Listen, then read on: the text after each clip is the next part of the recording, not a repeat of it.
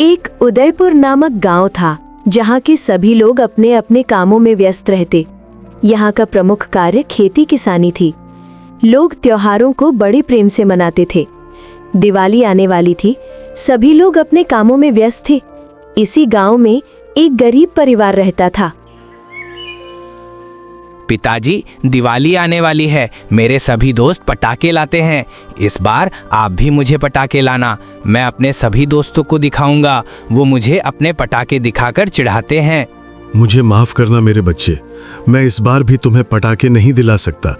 अभी स्थिति कुछ सही नहीं चल रही है, लेकिन अगली बार मैं तुम्हें बहुत सारे पटाखे दिलाऊंगा। तुम चिंता मत करो। आपने पिछली बार भी यही कहा था, मुझे पटाखे चाहिए बस, वरना मैं खाना नहीं खाऊंगा। मैं भूखा प्यासा ही रहूंगा।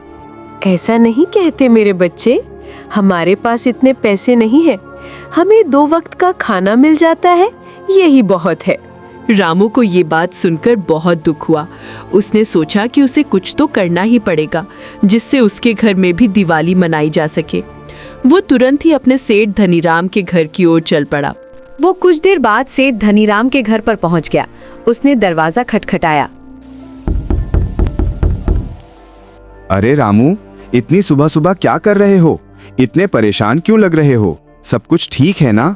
त्योहार का समय चल रहा है, अपने होठों पर मुस्कान लाओ। इसी बात की तो चिंता है। त्योहार का समय चल रहा है और हमारी आर्थिक स्थिति सही नहीं है। मुझे कुछ पैसों की आवश्यकता थी।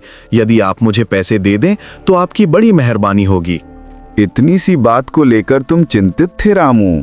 तुम चिंता मत करो, अभी मेरे पास कुछ पैसे हैं, मैं वो तुम्हें दे देता हूँ। तुम्हारा त्योहार हो जाएगा।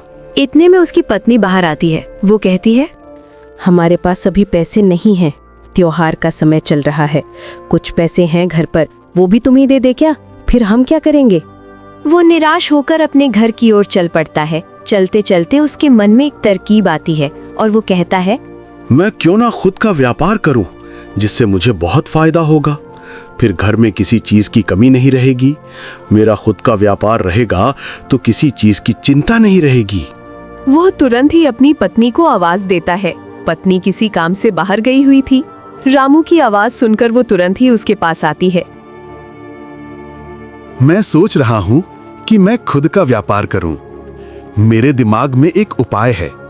अगर मैं खुद का व्यापार करूंगा तो घर में किसी भी वस्तु की कमी नहीं रहेगी और हमारा पूरा परिवार सुकून से रहेगा। और मैं तुम्हारे लिए गहने भी बनवा दूंगा। ये तो बहुत ही अच्छा विचार है, लेकिन व्यापार करने के लिए हमारे पास पैसे ही नहीं है। व्यापार के लिए तो धन की आवश्यकता होती है। उसकी चिंता मत करो, हमारे गांव के जमींदार से मैं पैसा उधार ले लूंगा और जब हमारे पास पैसे आ जाएंगे तो उन्हें वापस लौटा दूंगा। वह तुरंत ही जमींदार के घर की ओर चल पड़ता है। वह मन ही मन बहुत खुश हो रहा था। कुछ देर बाद चलते चलते वह जमींदार की हवेली पर पहुंच जाता है। रामू कहता है, जमींदार जी, मैं व्यापार करना चाहता हूँ, लेकिन मेरे पास पैसा नहीं है। यदि आपसे कुछ पैसा उधार मिल जाए तो बड़ी मेहरबानी होगी। मैं कुछ समय बाद आपका पैसा लौटा दूंगा और मैं उसे पैसों का ब्याज भी दूंगा। अब तुम जैसे भिखारी लोग भी व्यापार करेंगे, मैं तुम्हें पैसे दे तो दूंगा, लेकिन तुम्हें अपना घर गिरवी रखना होगा। यदि तुम पैसे नहीं दे सके तो घर मेरे नाम पर हो जाएगा। रामू ने कुछ देर सोचा, लेकिन उसने अपने परिवार की स्थिति को देखकर अपने घर को गिरवी रखकर जमींदार से पैसे ले लिए। उसने पैसा लेकर सामान एकत्रित करके एक बड़ा ढाबा खोला और उसने एक व्यक्ति को भी काम पर रख लिया। अभी तक तो हमारे ढाबे पर एक भी व्यक्ति नहीं आया है। मुझे लगता है ये काम ज्यादा दिन तक नहीं चल पाएगा। हमें कुछ और ही करना चाहिए था। थोड़ा सब्र तो करो, सब्र का फल मीठा होता है। जैसे ही लोगों को पता लगेगा वो हमारे ढाबे पर दौड़े चले आएंगे। तुम चिंता मत करो, हमारा ढाबा खूब चलेगा। कुछ ही देर बाद लोगों की भीड़ लगना शुरू हो गई। लोगों को खाना बहुत पसंद आया। ये खाना तो बहुत ही स्वादिष्ट है। अब से मैं तो खाना खाने इसी ढाबे पर आऊंगा और अपने दोस्तों को भी इधर ही लाऊंगा। फिर तो तुम्हारे दोस्त बहुत खुश हो जाएंगे, क्योंकि यहाँ का खाना सचमुच बहुत ही स्वादिष्ट है। मुझे ये खाना बहुत ही ज्यादा पसंद आया। सुन रहे हो भाई, लोगों को हमारे ढाबे का खाना बहुत पसंद आ रहा है। पहले दिन का काम बहुत सही रहा।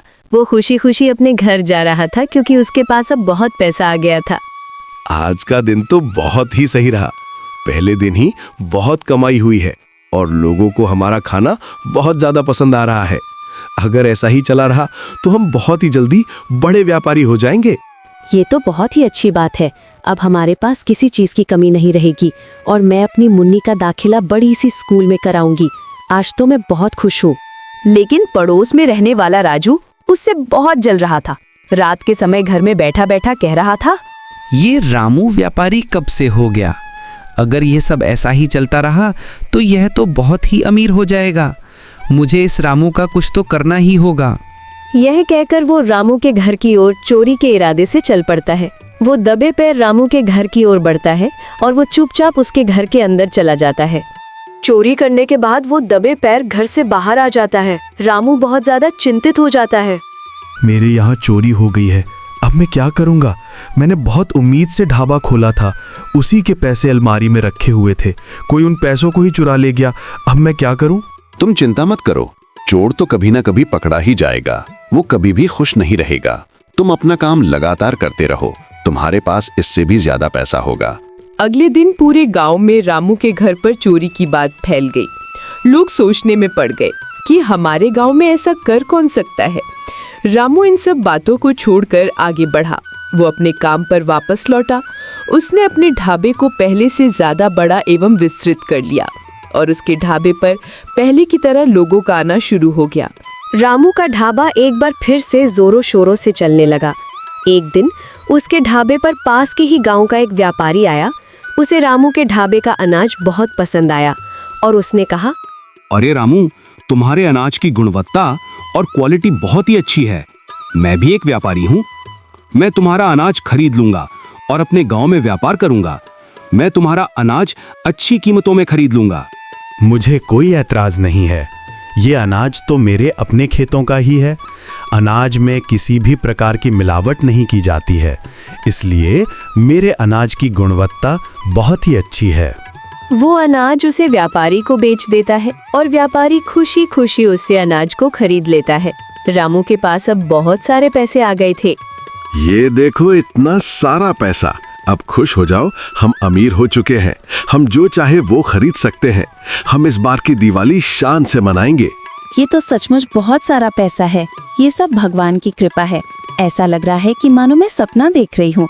इतना पैसा एक साथ। तभी वहाँ पर सब्जी वाला आया। उसके पास तरह तरह की सब्जियां थी। उसकी सब्जियां दिखने में ताज़ा और स्वादिष्ट थी। मेरे बच्चे, तुम कुछ देर यहीं पर बैठो। सब्जी वाला आया है। आज दिवाली है। आज तो तुम्हारे पसंद की ही सब्जी बनेगी। भैया, तुम्हारी सब्जियां तो बहुत ही ताज़ा दिख रही हैं। मुझे मेरे मुन्ने के लिए आलू चाहिए है। आलू कितने रुपए किलो दिए हैं आपने? आलू के साथ साथ बहुत सब्जियां हैं मेरे पास। आलू की कीमतों में अभी थोड़ा सा इजाफा हुआ है। आलू की कीमत 20 रुपए किलो है। और सब्जियां हैं अभी मेरे पास। मुझे तो सिर्फ आलू ही चाहिए हैं। ऐसा करो कि तुम मुझे 2 किलो आलू पैक कर दो। दिवाली का समय था। रात होते ही पूरे गांव में दिवाली मनाई गई। गांव के सभी घरों में रौनक और चमक पसरी हुई थी। सभी घरों में पूजा पाठ की जा रही थी। रामू के घर में भी दिवाली बड़े धूमधाम से बनाई गई। हे प्रभु, हमारे घर की खुशियाँ ऐसे ही बनी रहे और हमारा व्यापार ऐसा ही चलता रहे। हमारे परिवार को किसी की नजर न लगे। सुबह हुई और रामू को जमींदार का ख्याल आया। उसे उसके पैसे वापस लौटाने थे। मैं जमींदार को उनके पैसे वापस लौटाने जा रहा हूँ जो उन्होंने हमारे मुसीबत पर दिए थे। मैं उन्हें पैसे ब्याज सहित वापस करके आऊंगा। तो मुन्ने का ख्याल रखना, मैं कुछ ही देर में वापस आ जाऊंगा। रामू जमींदार को उसके पैसे लौटाने के लिए उसके घर की ओर चल पड़ता है। वो चलते चलते जमींदार की हवेली पर पहुंच जाता है और कहता है, जमींदार जी, आपका बहुत बहुत धन्यवाद जो आपने मुश्किल समय में हमें रुपए दिए थे। मैं वही पैसे वापस लौटाने आया हूँ और मैं पैसों को ब्याज सहित वापस दे रहा हूँ। यदि आपने उसी दिन मुझे पैसे नहीं दिए होते तो मैं इस जगह पर कभी भी नहीं आ पाता। अरे ये क्या कह रहे हो रामू? ये तो मेरा फर्ज था और तुम्हें पैसे ब्याज सहित देने की आवश्यकता नहीं है। तुम तो यूं ही ब्याज दे रहे हो। रामू ने तुरंत ही जमींदार के पैसे वापस लौटा दिए जमींदार ये सोचकर परेशान हो रहा था कि ये अगर ऐसे ही व्यापार करता रहा तो उसका तो रुतबा ही खत्म हो जाएगा। उसके दिमाग में एक तरकीब आई। उसने फोन लगाया। फोन लगाकर उसने 2 व्यक्तियों को अपने पास बुलाया। बताइए सेठ जी, आपको हमसे क्या काम आन पड़ा जो आपने हमें इतनी सुबह सुबह बुलाया है? बताइए, हम आपकी क्या सेवा कर सकते हैं? मेरी बात ध्यान से सुनो। तुम दोनों रामू के घर में जाकर उसके अनाज में मिलावट कर दो। उसके अनाज को पूरी तरीके से बर्बाद कर दो। वे दोनों रात के अंधेरे में रामू के अनाज भंडार में घुस जाते हैं और अनाज में मिलावट कर देते हैं और वो चुपचाप दबे पैन वहां से भाग जाते हैं। रामू रोज की तरह अपने ढाबे पर था। सभी लोग बैठकर खाना खा रहे थे। इतने में 2 व्यक्ति वहां पर आते हैं और कहते हैं, कोई भी खाना मत खाओ, इस खाने में मिलावट है। ये खाना तुम्हारी सेहत के लिए हानिकारक है। ये खाना यदि तुम खाओगे तो तुम्हारे पेट में दर्द होगा। गांव के सभी लोग रामू को गुस्से की नजर से देखने लगे और कहने लगे कि तुम तो गद्दार हो, हम लोगों को ऐसा खाना खिलाते हो।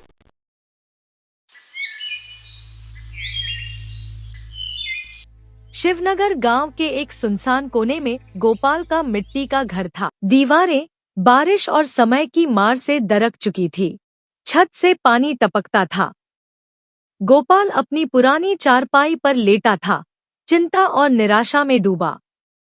उसकी पत्नी कमला एक टिमटिमाती लालटेन की रोशनी में पुराने कपड़े सी रही थी। बाहर जंगल की हवा सनसनाहट के साथ गांव को छू रही थी, जैसे कोई अनजानी ताकत धूपनगर को चेतावनी दे रही हो।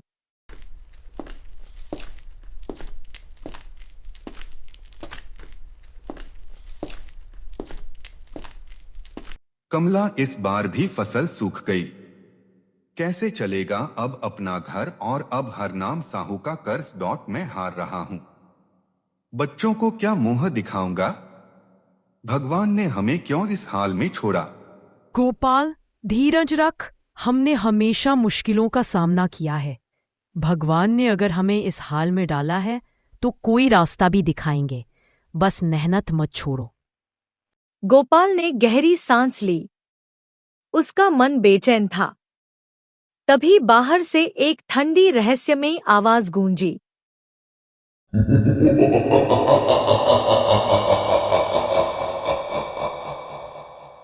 आवाज इतनी गहरी थी कि गोपाल का दिल ठहर गया। भोपाल, जंगल की गहराई में मूर्ति तुम्हें बुला रही है। अभी आ। गोपाल, जंगल की गहराई में मूर्ति तुम्हें बुला रही है। ये क्या था कमला? तूने सुना कोई मेरा नाम ले रहा है? रात के इस पहर में कौन बुला सकता है? गोपाल, ये कोई अच्छी आवाज नहीं है। रात के इस पहर में कौन बुलाएगा? भूत प्रेत का चक्कर तो नहीं? मत जा गोपाल, मैं डर रही हूँ। लेकिन गोपाल का मन मान नहीं रहा था। गरीबी ने उसे इतना मजबूर कर दिया था कि वो किसी भी उम्मीद को आजमाने को तैयार था। उसने लालटेन उठाई, धोती कस ली। कमला, अगर यह कोई चमत्कार है तो शायद हमारी जिंदगी बदल जाए। मुझे जाना होगा, तुम्हारे और बच्चों के लिए। गोपाल, फिर से सोच लो। गांव वाले बोलते हैं कि जंगल में अजीब अजीब आवाजें आती है। अगर कुछ हो गया तब मैं क्या करूंगी?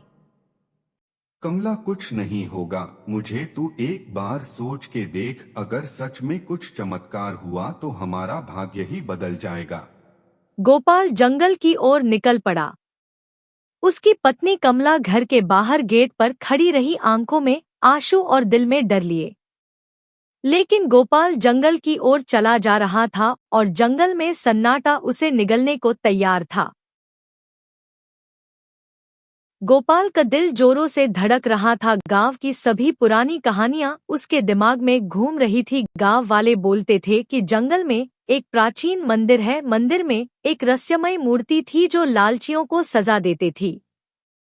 गोपाल क्या उसी मंदिर की ओर जा रहा था या उसका ये भ्रम था? जंगल में सन्नाटा था, हवा ठंडी थी, पेड़ों की टहनियां फुसफुसा रही थी। लालटेन की रोशनी में गोपाल धीरे धीरे चला जा रहा था। कुछ देर बाद वो एक टूटे फूटे मंदिर के सामने पहुंचा। बेलों से ढकी दीवारें और बीच में खड़ी एक प्राचीन देवी की मूर्ति, जिसके माथे पर लाल तिलक चमक रहा था और आंखों में जीवन जैसी चमक थी। इतनी रात में ये मूर्ति चमक क्यों रही है? ये वो मूर्ति तो नहीं जो गांव वाले बोलते थे कि जंगल में एक मंदिर में चमत्कारी मूर्ति है। तभी मूर्ति से आवाज आती है, मैं हूँ देवी कालिका की मूर्ति। सैकड़ों साल पहले मैं इस जंगल की रक्षक थी। तुम्हारी सच्चाई ने मुझे जगा दिया। मुझे अपने घर ले जाओ, मैं तुम्हें वह सब दूंगी जो तुम मांगोगे। अगर यह सच है तो मेरी गरीबी मिटा दो, लेकिन मैं लालच नहीं चाहता, बस 2 वक्त की रोटी। गोपाल ने मूर्ति को उठा लिया। हवा तेज चलने लगी, पेड़ हिलने लगे, जैसे जंगल चेतावनी दे रहा हो। वो मूर्ति को घर लाया और अंधेरे कोने में छिपा दिया। कमला ने उसे देखा, लेकिन गोपाल ने कुछ नहीं बताया।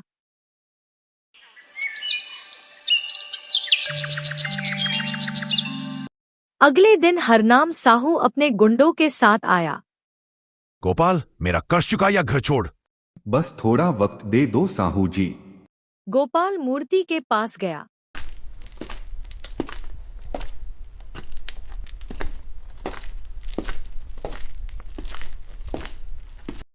हे देवी, अगर तुम सचमुच जादू की मूर्ति हो तो मेरी मदद करो। अचानक उसके सामने सोने के सिक्कों से भरी थैली प्रकट हुई। गोपाल, ये इतना सोना कहाँ से आया? तुमने कुछ गलत काम तो नहीं किया ना? मुझे सच सच बताओ, नहीं तो मैं अपने मम्मी पापा के घर चली जाऊंगी। बताओ गोपाल, इतना सोना कहाँ से आया? गोपाल बोला, बस भगवान की कृपा है। उसने कर्ज चुका दिया, घर की मरम्मत कराई। लोग बातें करने लगे कि गोपाल को जंगल में खजाना मिला है। गांव का सबसे चालाक आदमी मंगलू भी लालच में आ गया।